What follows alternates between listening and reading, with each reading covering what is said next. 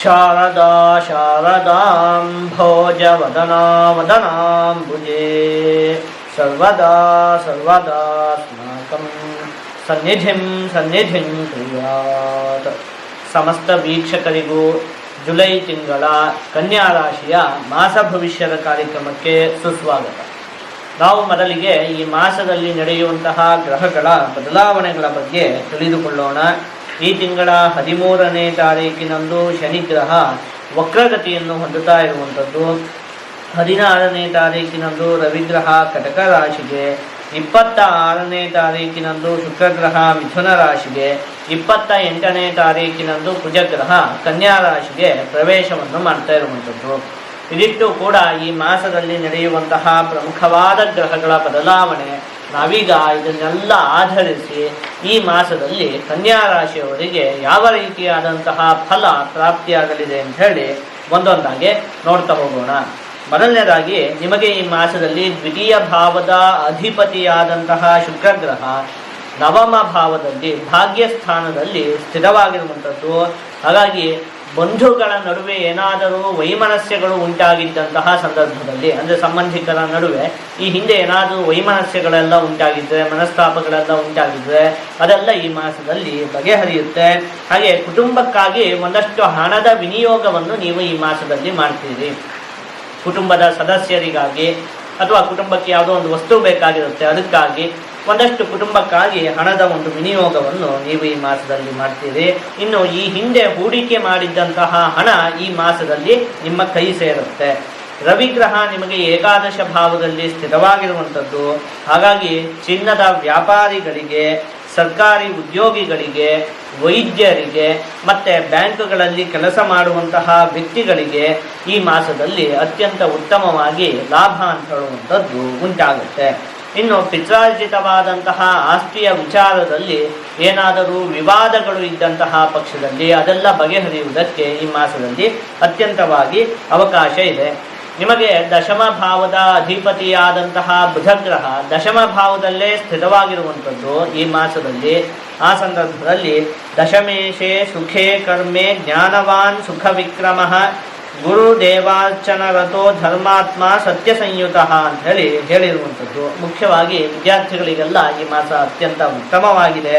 ಇನ್ನು ಆದಷ್ಟು ನಿಮಗೆ ಆಧ್ಯಾತ್ಮಿಕ ವಿಷಯಗಳಲ್ಲೆಲ್ಲ ಆಸಕ್ತಿ ಅಂತ ಹೇಳುವಂಥದ್ದು ಉಂಟಾಗುತ್ತೆ. ನೋಡಿದ್ವಲ್ಲ, ದೇವಾರ್ಚನ ರಥಃ ಅಂದರೆ ದೇವಸ್ಥಾನಕ್ಕೆ ಹೋಗುವಂಥದ್ದು ಇರಬಹುದು, ದೇವರಿಗೆ ಸಂಬಂಧಪಟ್ಟಿರುವಂತಹ ಸ್ತೋತ್ರಗಳನ್ನು ಓದುವಂಥದ್ದು ಇರಬಹುದು, ಧಾರ್ಮಿಕ ಗ್ರಂಥಗಳನ್ನು ಓದುವಂಥದ್ದು ಇರಬಹುದು. ಒಟ್ಟಲ್ಲಿ ಆಧ್ಯಾತ್ಮಿಕ ವಿಷಯಗಳಲ್ಲಿ ನಿಮಗೆ ಈ ಮಾಸದಲ್ಲಿ ಆಸಕ್ತಿ ಅಂತ ಹೇಳುವಂಥದ್ದು ಉಂಟಾಗುತ್ತೆ. ನೀವು ಇನ್ನೂ ಕೂಡ ಒಂದು ಸಂತೋಷ ಪಡಬೇಕಾಗಿರುವಂತಹ ವಿಷಯ ಇದೆ. ಅದೇನು ಅಂತ ಹೇಳಿ ಆದರೆ, ಶನಿಗ್ರಹ ನೋಡಿದ್ವಲ್ಲ, ಈ ತಿಂಗಳ 13ನೇ ತಾರೀಕಿನಂದು ವಕ್ರಗತಿಯನ್ನು ಹೊಂದುತ್ತಾ ಇರುವಂಥದ್ದು. ಒಂದು ಗ್ರಹ ವಕ್ರವಾದಂತಹ ಸಂದರ್ಭದಲ್ಲಿ ವಕ್ರಂಗತೋ ರುಚಿರರಶ್ಮಿ ಸಮೂಹ ಪೂರ್ಣಃ ನೀಚಾರಿ ಭಾಂಶ ಸಹಿತೋಪಿ ಭವೇತ್ ಸಖೇಟಃ ವೀರ್ಯಾನ್ವಿತ ಅಂತ ಹೇಳಿರುವಂಥದ್ದು. ಅಂದರೆ ಆ ಗ್ರಹಕ್ಕೆ ಬಲ ಅಂತ ಹೇಳುವಂಥದ್ದು ಉಂಟಾಗುತ್ತೆ. ಆ ಗ್ರಹ ಬಲಿಷ್ಠವಾಗುತ್ತೆ. ಗ್ರಹ ಬಲಿಷ್ಠವಾದಂತಹ ಸಂದರ್ಭದಲ್ಲಿ ಏನಗ್ರಹೇಣ ಯತ್ರೋಕ್ತಂ ಅಶುಭಂ ವಾ ಶುಭಂ ಫಲಂ ಬಲೀಚೇತ್ಸ ಶುಭಂ ಪೂರ್ಣಂ ಅಶುಭಂ ದುರ್ಬಲೋ ಯದಿ ಅಂತ ಹೇಳಿರುವಂಥದ್ದು. ಅಂದರೆ ಆ ಗ್ರಹದಿಂದ ಇಲ್ಲಿಯವರೆಗೆ ಅಶುಭ ಫಲಗಳು ಪ್ರಾಪ್ತಿ ಆಗ್ತಾ ಇದ್ದರೆ ಅದು ವಕ್ರವಾದಂತಹ ಸಂದರ್ಭದಲ್ಲಿ ಅಶುಭ ಫಲ ಅಂತ ಹೇಳುವಂಥದ್ದು ಕಮ್ಮಿ ಆಗುತ್ತೆ. ಪ್ರಕೃತವಾಗಿ ನಿಮಗೆ ಗೊತ್ತು, ಈಗ ಒಂದು 2-3 ತಿಂಗಳಿಂದ ಹಿಡಿದು ಶನಿಗ್ರಹ ನಿಮಗೆ ಸಪ್ತಮ ಭಾವದಲ್ಲಿ ಸ್ಥಿರವಾಗಿರುವಂಥದ್ದು. ಹಾಗಾಗಿ ಏನಾಗ್ತಿತ್ತು, ಒಂದು ಸ್ವಲ್ಪ ಸಂಗಾತಿಯೊಂದಿಗೆ, ಅಂದರೆ ನಿಮ್ಮ ಪತ್ನಿಯೊಂದಿಗೆ, ಸಂಗಾತಿಯೊಂದಿಗೆ ಒಂದು ಸ್ವಲ್ಪ ವೈಮನಸ್ಸೆ ಉಂಟಾಗ್ತಿತ್ತು. ಏನೋ ಸಣ್ಣ ಪುಟ್ಟ ವಿಚಾರಕ್ಕೆಲ್ಲ ಗಲಾಟೆ ಉಂಟಾಗುವಂಥದ್ದು, ಮನಸ್ತಾಪಗಳು ಉಂಟಾಗುವಂಥದ್ದು, ಇಂಥದ್ದೆಲ್ಲ ಆಗ್ತಿತ್ತು. ಅಥವಾ ನೀವೇನಾದರೂ ಪಾರ್ಟ್ನರ್ಶಿಪ್ ಬಿಸ್ನೆಸ್ ಮಾಡ್ತಿದ್ರೆ ಅದರಲ್ಲೂ ಕೂಡ ಒಂದಷ್ಟು ಸಮಸ್ಯೆಗಳು ಅಂತ ಹೇಳುವಂಥದ್ದು ಉಂಟಾಗ್ತಿತ್ತು ಈ ಒಂದು 2-3 ತಿಂಗಳಿಂದ. ಅದೆಲ್ಲ ಈ ಒಂದು ತಿಂಗಳಲ್ಲಿ ಕಮ್ಮಿ ಆಗುತ್ತೆ ಶನಿಗ್ರಹ ವಕ್ರವಾಗಿರೋದ್ರಿಂದಾಗಿ. ಒಟ್ಟಲ್ಲಿ ಅದಕ್ಕೆ ಏನು ಹೇಳಿ, ಕುಟುಂಬದ ವಿಚಾರದಲ್ಲಿ ನೋಡಿದ್ವಲ್ಲ, ಶನಿಗ್ರಹ ಸಪ್ತಮದಲ್ಲಿ ಇದ್ದಿದ್ದರಿಂದಾಗಿ ಈ ಹಿಂದೆ ಒಂದು 2-3 ತಿಂಗಳಿಂದ ಒಂದಷ್ಟು ಸಮಸ್ಯೆಗಳೆಲ್ಲ ಉಂಟಾಗ್ತಿತ್ತು. ಆದರೆ ಈಗ ಅದೆಲ್ಲ ಕಮ್ಮಿ ಆಗುತ್ತೆ. ಈ ಮಾಸದಲ್ಲಿ ನಿಮಗೆ ಕುಟುಂಬದ ಒಂದು ಸುಖ ಅಂತ ಹೇಳುವಂಥದ್ದು ಅತ್ಯಂತವಾಗಿ ಪ್ರಾಪ್ತಿಯಾಗುತ್ತೆ. ಕುಟುಂಬ ಸೌಖ್ಯ ಅಂತ ಹೇಳುವಂಥದ್ದು ಈ ಮಾಸದಲ್ಲಿ ನಿಮಗೆ ಚೆನ್ನಾಗಿ ಪ್ರಾಪ್ತಿಯಾಗುತ್ತೆ. ಇದಿಷ್ಟು ಕೂಡ ನಿಮಗೆ ಈ ಮಾಸದಲ್ಲಿ ಪ್ರಾಪ್ತಿಯಾಗುವಂತಹ ಶುಭ ಫಲಗಳು. ನೀವೀಗ 1-2 ವಿಚಾರದಲ್ಲಿ ಈ ಮಾಸದಲ್ಲಿ ಒಂದು ಸ್ವಲ್ಪ ಜೋಪಾನವಾಗಿರಬೇಕಾಗುತ್ತೆ.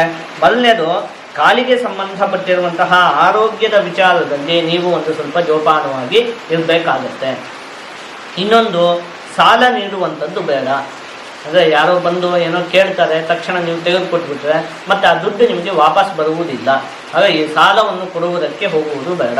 ಈ ಒಂದು 2 ವಿಚಾರದಲ್ಲಿ ನೀವು ಈ ಮಾಸದಲ್ಲಿ ಜೋಪಾನವಾಗಿದ್ದಂತಹ ಪಕ್ಷದಲ್ಲಿ ನೋಡಿದ್ವಲ್ಲ, ಇನ್ನು ಉಳಿದಂತಹ ಎಲ್ಲ ವಿಚಾರದಲ್ಲಿಯೂ ಕೂಡ ನಿಮಗೆ ಅಭಿವೃದ್ಧಿ ಅನ್ನುವಂಥದ್ದು ಉಂಟಾಗುತ್ತೆ.